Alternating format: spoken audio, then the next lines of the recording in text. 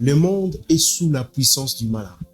J'aimerais être un peu plus précis. Le monde entier est sous la puissance ou la domination du malin. C'est ce que la Bible nous dit dans 1 Jean chapitre 5, verset 19. La Bible dit, nous savons que nous sommes des dieux et que le monde entier est sous la puissance du malin. Lorsqu'on parle du malin, on est en train de parler du diable, de l'accusateur. On est en train de parler de celui qui était descendu dans Apocalypse chapitre 12, verset 12, avec une grande colère, sachant qu'il a peu de temps. Alors, on doit comprendre une vérité qui peut ressortir de ce passage, c'est que Jean est en train de présenter deux grandes vérités. Premièrement, il dit, nous savons, la connaissance, que nous sommes des dieux. C'est-à-dire, nous faisons partie du royaume des dieux.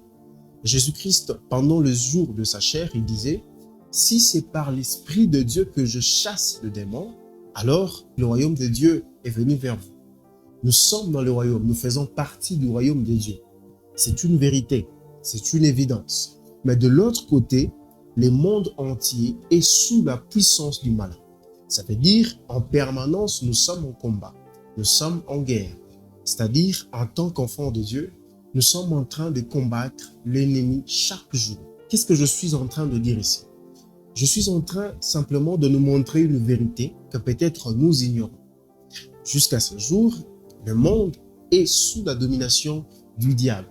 Ça veut dire que ce soit dans les universités, partout où nous fréquentons, peu importe le sphère, où que vous soyez, vous êtes sous la domination du diable si vous n'appartenez pas à Jésus.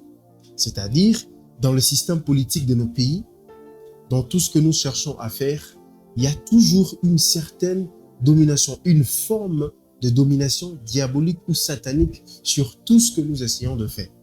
Si vous essayez de parcourir toutes les sphères de ce monde, vous allez vous rendre compte qu'à chaque niveau, l'ennemi a placé ses gens, c'est-à-dire ses acolytes, les personnes qui vont travailler pour lui.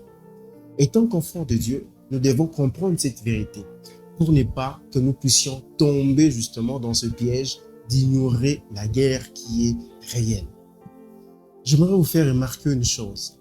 Pendant que Paul, à Paphos, essayait de présenter la vérité à Sergius Paulus, homme intelligent, il y avait une autre personne qu'on appelait Élymas, le magicien, qui, de son côté, essayait aussi de combattre la prédication de Paul, c'est-à-dire de rendre néant ce que Paul était en train de déposer dans le cœur de Sergius Paulus, homme intelligent.